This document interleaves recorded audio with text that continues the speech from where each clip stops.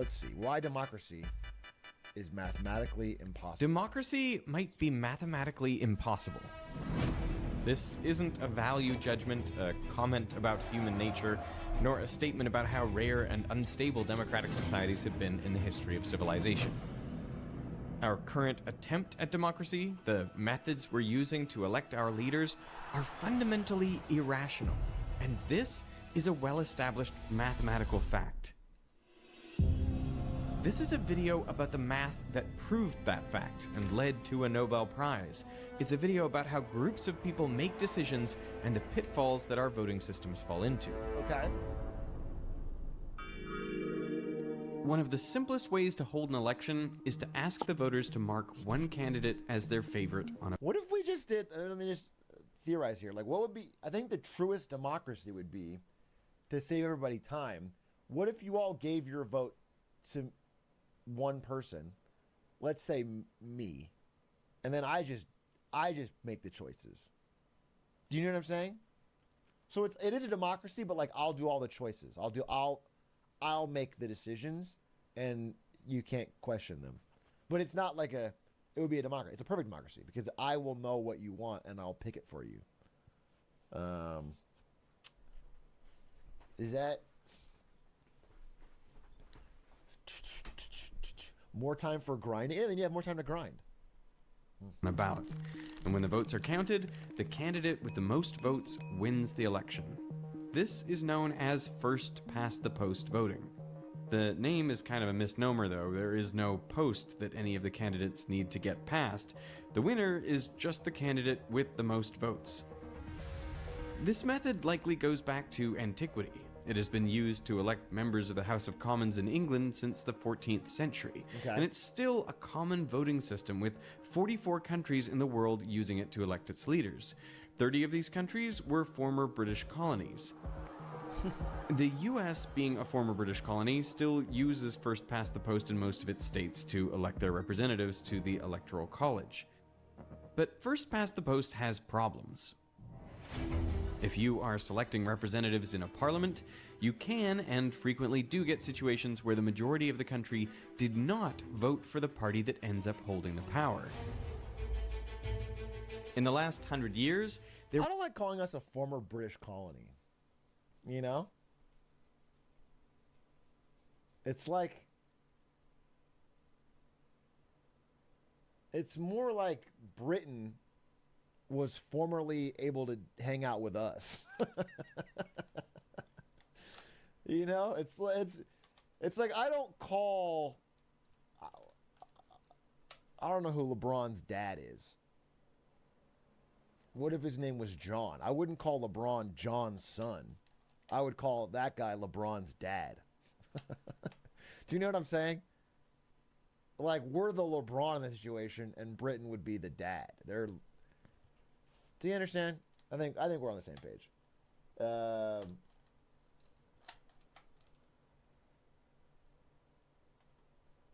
History before 1776 didn't exist. Yeah, exactly. There were 21 times a single party held a majority of the seats in the British Parliament, but only 2 of those times did the majority of the voters actually vote for that party. So a party which only a minority of the people voted for ends up holding all of the power in government. Another thing that happens because of first past the post is that similar parties end up stealing votes from each other. The 2000 US presidential election, which was an election essentially between Al Gore and George W. Bush. At that point, every state in the nation used first past the post to determine the outcome of the election. Right. Bush had more votes in Florida, but George by Bush. a ridiculously slim margin. It was fewer than 600 votes. But there was another candidate on the ballot, Ralph Nader. Nader was a Green candidate. He was certainly to the left of either Gore or Bush. And what we need is the upsurge of citizen concern, people concern, poor, rich, or middle class, to counteract the power of the special interest. And he got almost 100,000 votes in Florida. I just don't know if I can, with a conscience, vote for Bush or Gore. I will vote for Ralph Nader. Most of those voters were devastated that by voting for Nader rather than Gore, they ended up electing Bush. This is what is called a spoiler effect. Almost all Nader voters preferred Gore to Bush, but in a first-past-the-post system, they had no way. Yeah, but I was 6 at the time, but I can tell you that Al Gore was a flip-flopper. So, very glad he lost. Very glad he lost. He was a flip-flopper. I heard it in and out. So... of expressing that preference. Wasn't Kerry the flip-flopper? Because you could only vote for one candidate. They're all flip-floppers, you know what I'm saying? If they're against George Bush. So, first past the post incentivizes voters to vote strategically. Say there are 5 parties. One of them will be the smallest one, and so they won't win. Why would you vote for them? This is also true if you have 4 parties, or 3 parties. This winner-takes-all voting system leads to a concentration of power in larger parties, eventually leading to a 2-party system. This effect is common enough that it has a... I like to keep a fairly neutral chat here, but if any of you are hexagon voters, you can go fuck yourself. Okay? It's about time we fucking circle stand up. It's fucking ridiculous. It's fucking ridiculous. Okay? You're fucking ruining this country. Hexagons have fucking driven our country to the ground. I heard hexagons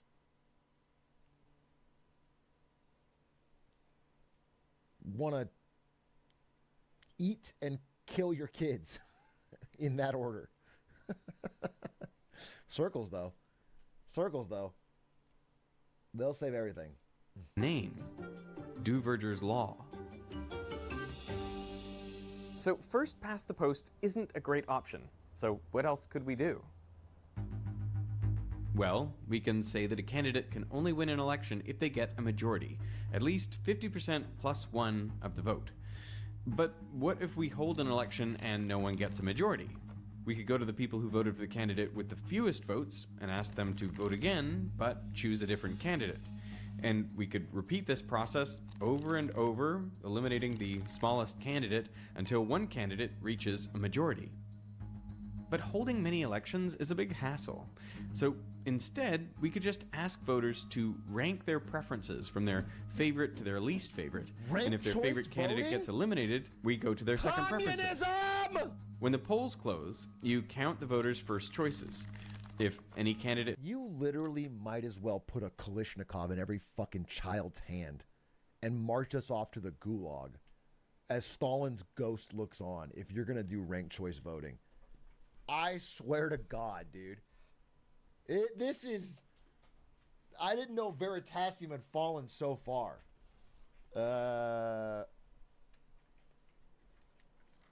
I do think it's crazy that they figured out a way for hundreds of millions of Americans to vote effectively, safely, online over a period of time for American Idol in 2004.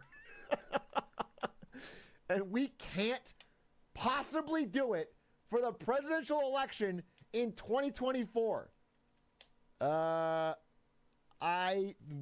It would be awesome if there was a fucking app tied to your social security number that you could install on your phone the way you have a banking app or something, and it has a fucking 2-factor, and you check in and you could just pick your vote and just have it in there, just locked it in whenever you want, and then it just checks it on the day.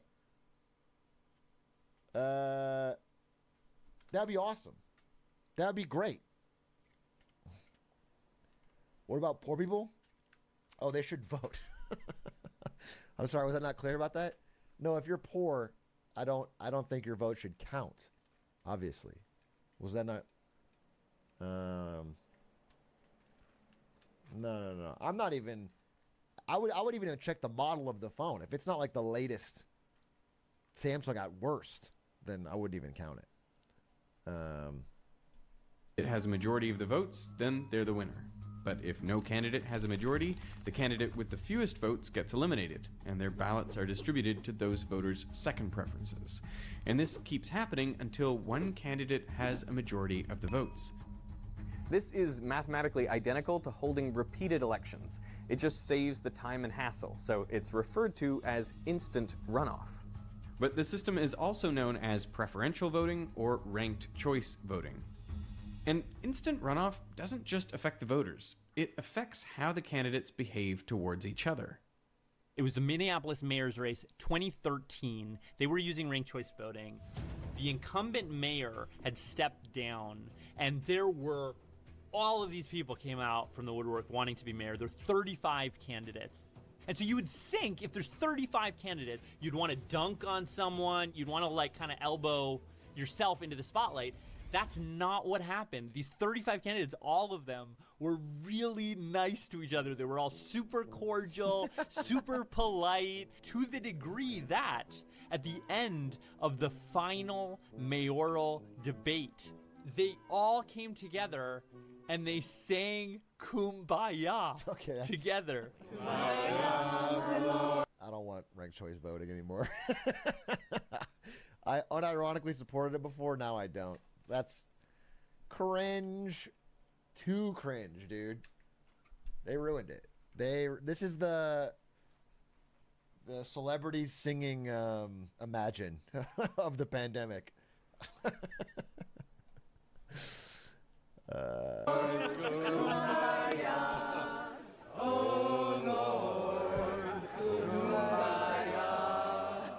The amount of vitriol and anger and partisan, mudslinging that we're all used to see this vision of an actual kumbaya. It's not even a joke. All of these people getting along, so desperate for second and third choices from other people that they're like, I'm gonna be the picture perfect, kindest candidate possible. But there's also a problem with instant runoff. There can be cases where a candidate doing worse can actually help get them elected. Let's say we have three candidates, Einstein, Curie, and Bohr. Now, Einstein and Bohr have very conflicting views, while Curie is ideologically in the center. So let's say Einstein gets 25% of the vote, Curie gets 30, and Bohr gets 45. No one got a majority, so it goes to the second round, with Einstein being eliminated, and because people who voted for Einstein put down Curie as their second choice, well, Curie ultimately gets elected. But now imagine that Bohr has a terrible campaign speech or proposes a very unpopular policy, so bad that some of his voters actually switch over to Einstein's side. Well, now it's Curie that gets eliminated. And because she's more moderate, half of her voters select Einstein and the other half select Bohr in the second round. And this leads to Bohr winning.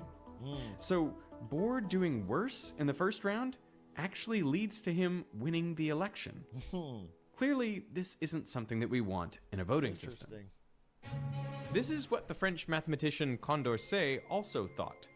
Condorcet was one of the first people applying logic and mathematics to rigorously study voting systems, making him one of the founders of a branch of mathematics known as social choice theory. He was working during the time of the French Revolution, so fairly determining the will of the people was having a cultural moment right then. In 1784, Condorcet's contemporary at the French Royal Society of Science, Jean-Charles de Borda, proposed a voting method. You ask the voters to rank the candidates. If there are 5 candidates, ranking someone first gives that candidate 4 points. Ranking them second would give them 3, and so on, with 0 points being awarded for last place. A point system. But the board account has a problem, because the number of points given to each candidate is dependent on the total number of candidates. Adding extra people that have no chance of winning can affect the winner. Because of this, Condorcet hated Borda's idea. He wrote that it was bound to lead to error because it relies on irrelevant factors for its judgments. So in 1785, Condorcet published an essay in which he proposed a new How do they do NBA MVP voting? You said NBA MVP voting would be the best type of voting. Well, how do they do that?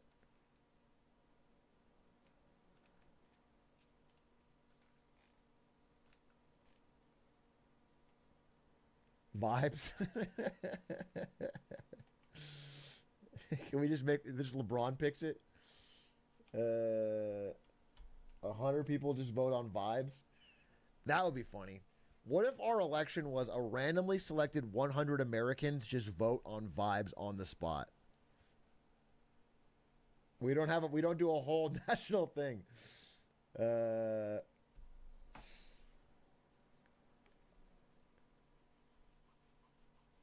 That's kind of what we do now. It's just 100 Americans in Pennsylvania.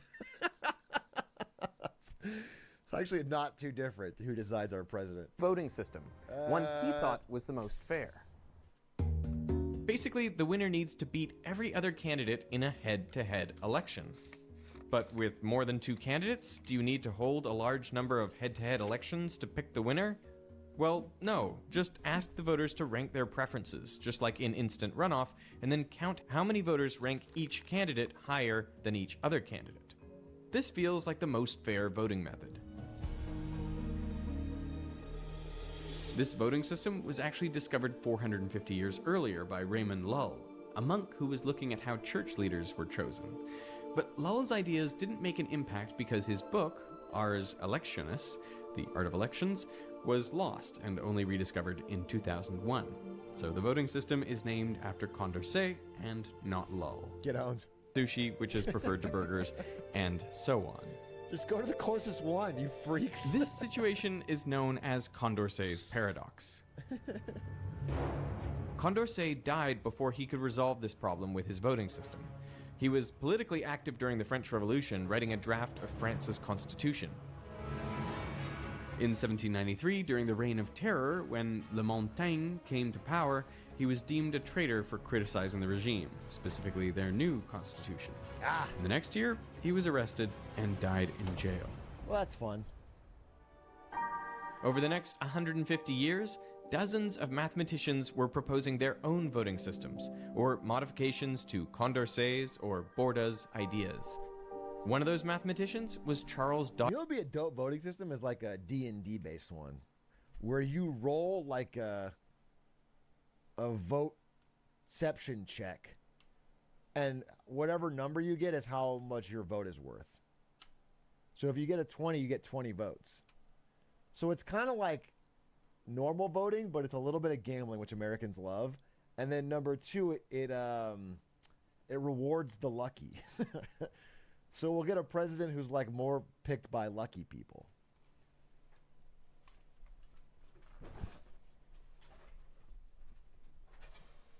Oh, and also if you get a nat 20, you get a sticker. You get a special sticker when you walk out. I rolled a 20.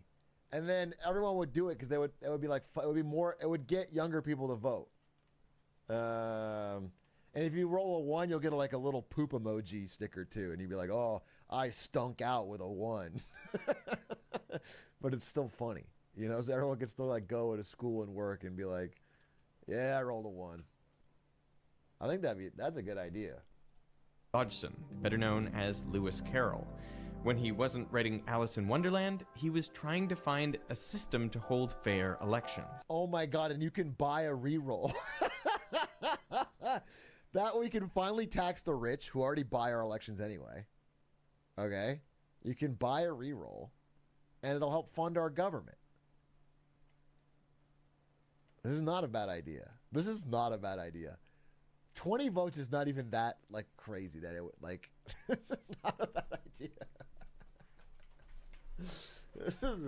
This is not a bad idea. Let me tell you, we're getting somewhere. You get the gamblers, you get the gotchas.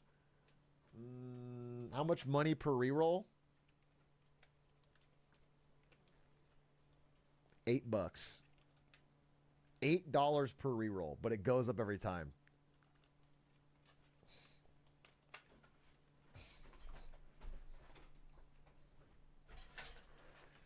$1% of your wealth and it doubles? No, that Elon Musk throwing down $42 billion on his 5th reroll. Trying to get that 20. Yeah, dude, let's hook him. But every voting system had similar kinds of problems. You'd either get Condorcet loops, or other candidates that had no chance of winning would affect the outcome of the election. In 1951, Kenneth Arrow published his PhD thesis, and in it he outlined 5 very obvious and reasonable conditions that a rational voting system should have. Condition number 1, if everyone in the group chooses one option over another, the outcome should reflect that. If every individual in the group prefers to eat sushi over pizza, then the group as a whole should prefer sushi over pizza. This is known as unanimity. Condition 2. No single person's vote should override the preferences of everyone else. If everyone votes for pizza except one person who votes for sushi, the group should obviously choose pizza. Unless this person's wealthier, then we need to rethink it, okay? I'm not saying it has to be sushi, but clearly we need to... Do you know what I'm saying? Like, this needs to be... We can't just dismiss them like they're a poor. Sushi if the guy foots the bill. that's kind of like our elections now. That is like not too far off, bro.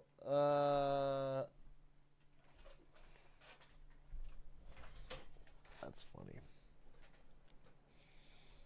If a single vote is decisive, that's not a democracy, that's a dictatorship. Condition Those are 3. bad. Everyone should be able to vote however they want, and the voting system must produce a conclusion for society based on all the ballots every time. It can't avoid problematic ballots or candidates by simply ignoring them, or just guessing randomly. It must reach the same answer for the same set of ballots every time. This is called unrestricted domain. Condition 4. The voting system should be transitive. If a group prefers burgers over pizza... There's an asterisk on that. We have to take everyone's vote and take every candidate, asterisk, unless it's Kanye West, in which case we can all collectively just ignore it. We can just move on, not make a big deal out of it, don't factor it in, it's just a distraction. And pizza over sushi, then they should also prefer burgers over sushi. This is known as transitivity. Condition 5. If the preference of the group is sushi over pizza, the introduction of another option, like burgers, should not change that preference. Sure, the group might collectively rank burgers above both, or in the middle, or at the bottom, but the ranking of sushi over pizza should not be affected by the new option. This is called the independence of irrelevant alternatives.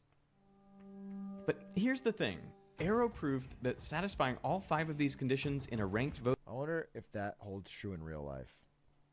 I feel like sometimes if I'm choosing between 2 food places and then someone's just a third food place, I wonder if it's ever flipped my opinion on the other 2. I wonder if it's ever flipped my opinion. Like if I'm like, do I want to do...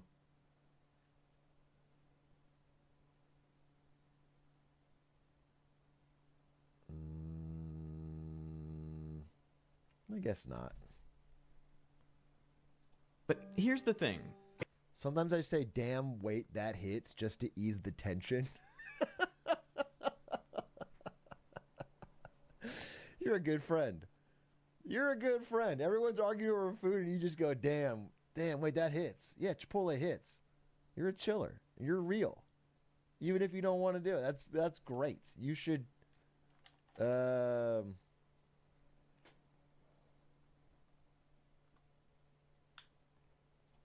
Arrow proved that satisfying all 5 of these conditions in a ranked voting system with 3 or more candidates is impossible.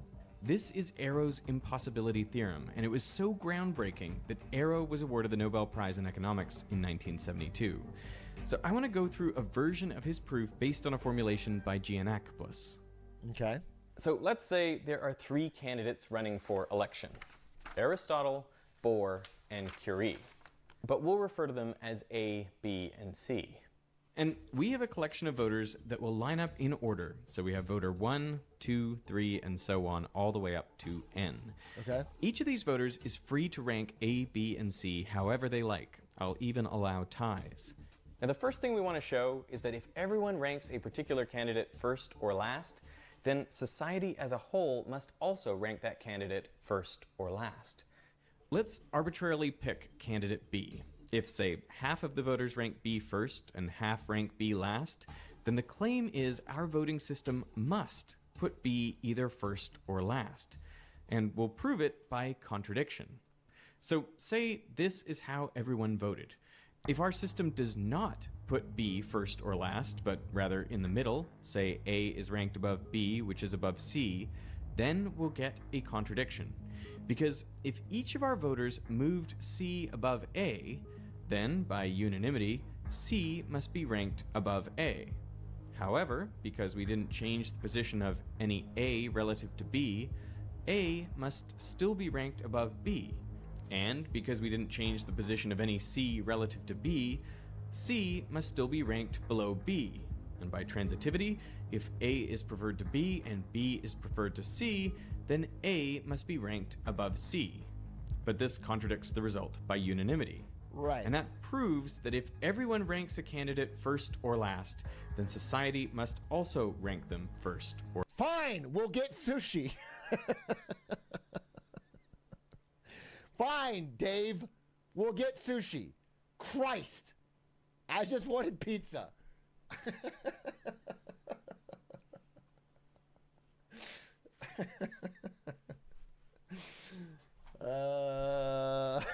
or last.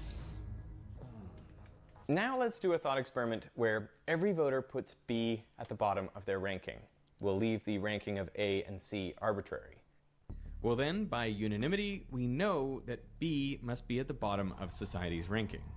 And we'll call this setup Profile 0. Now, we'll create Profile 1, which is identical to Profile 0, except the first voter moves B from the bottom to the top. This, of course, doesn't affect the outcome, but we can keep doing this, creating profiles 2, 3, 4, and so on, with one more voter flipping B from the bottom to the top each time. If we keep doing this, there will eventually come a voter whose change from having B at the bottom to B at the top will first flip society's ranking, moving B to the top. Let's call this voter the pivotal voter, and we'll label the profile Profile P. Profile O is then the profile right before the pivotal change happens. Let's now create a profile Q, which is the same as P, except the pivotal voter moves A above B. By independence of irrelevant alternatives, the social rank must also put A above B, since for all of our voters, the relative position of A and B is the same as it was in Profile O. And B must be ranked above C, because the relative positions of B and C are the same as they were in Profile P, Okay. where our pivotal voter moved B to the top. By transitivity, A must be ranked above C in the social ranking.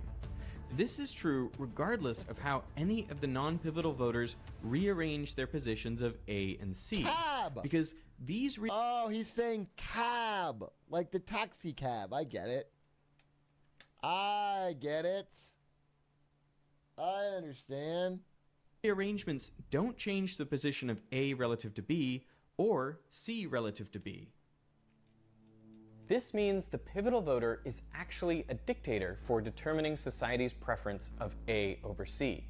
The social rank will always agree with the pivotal voter regardless of what the other voters do. We can run a similar thought experiment where we put C at the bottom and prove that there is again a dictator who, in this case, determines the social preference of A over B. And it turns out this voter is the same one who determines the social preference for A over C. The pivotal voter is therefore a complete dictator. So we find the fifth guy in every election and beat him up. I get it. Well said. That is the solution to democracy. I actually understand it. The fifth person that votes gets the shit kicked out of them. Interesting. Really powerful stuff, Veritasium. So, is democracy doomed? Well, Arrow's impossibility theorem seems to say so. If there are 3 or more candidates to choose from, there is no ranked choice method to rationally aggregate voter preferences. You always need to give something up. But the mathematician Duncan Black found a much more optimistic theorem, which might actually represent reality better. If voters and candidates are naturally spread along a single dimension, say ranging from liberal on the left to conservative on the right, but this could apply to any other political dimension, well then, Black showed that the preference of the median voter will reflect the majority decision. The median voter's choice will often determine the outcome of the election, a result that aligns with the majority of voters, avoiding the paradoxes and inconsistencies highlighted by Arrow. And there's more good news. Arrow's impossibility theorem only applies to ordinal voting systems, ones in which the voters rank candidates over others. There is another way: rated voting systems. The simplest version is known as approval voting, where instead of ranking the candidates, the voters just tick the candidates they approve of. There are also versions where you could indicate how strongly you like each candidate, say from -10 strongly disapprove of to +10 strongly approve. Research has found that approval voting increases voter turnout, decreases negative campaigning, and prevents the spoiler effect. It's a number-based Voters could ranking, express right? their They'd have approval for a different- candidate without they end worrying up with a about the total. size of the party they're voting for. It's also simple to tally. Just count up what percentage of the voters approve of each candidate, and the one with the highest approval wins. Kenneth Arrow was initially skeptical of rated voting systems, but toward the end of his life, he agreed that they were likely the best method. What if it's more of like a vibes based? Don't even use a number. The numbers are throwing it off. What if it's like for each candidate you write based, chill, meh, or whack, or cringe?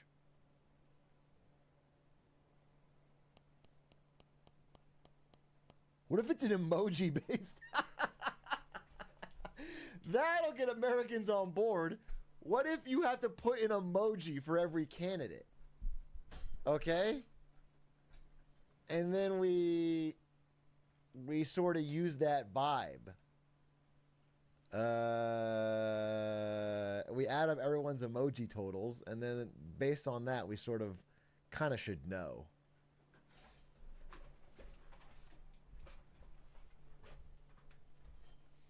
Yeah, then we feed it all into ChatGPT. And then it decides who won. Method. Approval voting is not new. It was used by priests in the Vatican to elect the Pope between 1294 and 1621.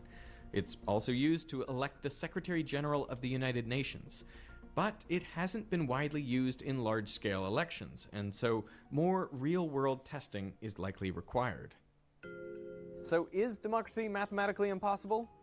Well, yes, if we use ranked choice methods of voting, which is what most countries in the world use to elect their leaders. And some methods are clearly better at aggregating the people's preferences than others. The use of first-past-the-post voting feels, quite frankly, ridiculous to me, given all of its flaws. But just because things aren't perfect doesn't mean we shouldn't try. Being interested in the world around us, caring about issues, and being politically engaged is important. It might be one of the few ways we can make a real difference in the world. Like Winston Churchill said, democracy is the worst form of government, except for all the other forms that have been tried. Democracy is not perfect, but it's the best thing we've got. The game might be crooked, but it's the only game in town. Hopeful. The world is changing. How it works today is no guarantee of how it'll work tomorrow, from how we elect presidents to how we do our jobs. Luckily, there's an easy way to be ready for whatever the future holds. And that's Watching Marketing Monday. Thank you very much, Veritasium, for that reigning endorsement.